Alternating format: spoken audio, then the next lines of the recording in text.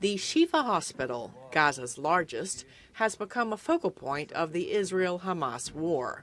The Hamas-run Ministry of Health released video, it says, shows patients being moved inside smoke-filled corridors as Israeli forces raid the large hospital compound, one building at a time. The Israeli army released video that it says shows Hamas weapons and military equipment it found in the hospital.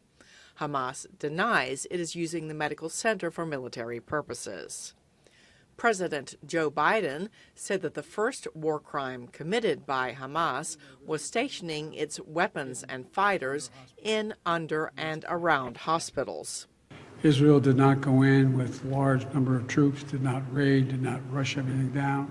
They've gone in, and they've gone in with their soldiers carrying weapons or guns. They were told, let me be precise. We've discussed the need for them to be incredibly careful. The health ministry says more than 11,400 Palestinians have been killed since the beginning of the war. The conflict was triggered by the October 7th massacre by Hamas, which Israel says left 1,200 dead.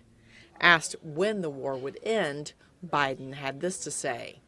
With regard to when is this going to stop, I think it's going to stop when Hamas no longer maintains the capacity to murder and abuse and just do horrific things to the Israelis.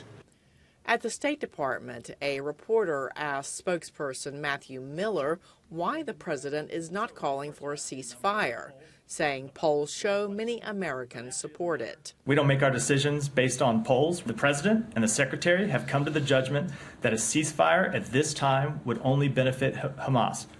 One expert told VOA that increased U.S. military support for Israel has broad bipartisan support among members of the U.S. Congress.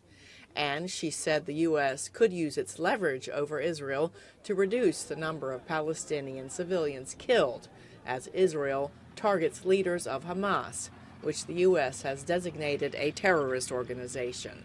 For example, one of the things that we've heard over and over again is that U.S. officials are recommending that Israel use smaller bombs that have a smaller impact on collateral damage. Collateral damage is civilians, includes civilians. Israel ordered Palestinians to leave 4 towns in southern Gaza on Thursday, raising concerns of a possible expansion of the war into areas that Palestinians from the north had fled to for safety in recent weeks.